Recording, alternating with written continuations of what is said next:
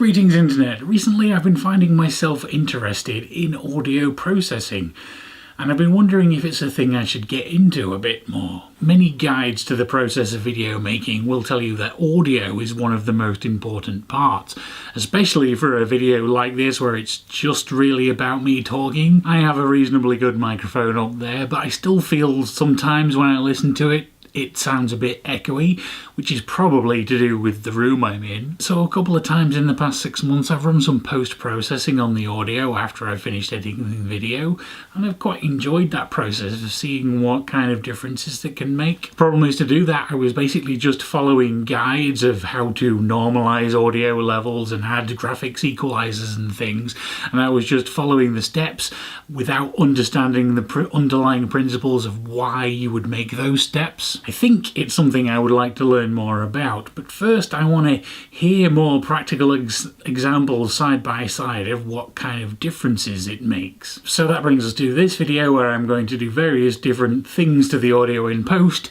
and see what difference they make and whether you can even hear a difference. The slight problem is I haven't decided yet what kind of things I'm going to do to the audio until I get this video on the computer, so I can't talk about what's happening to the audio as it happens, but I still need something to say in order to be able to edit it. Ben keeps asking for audiobooks, so today let's read something. I'm going to presume I have the author's permission to read this. In a remote Norwegian valley, a young elf was gazing out of the window of an army classroom.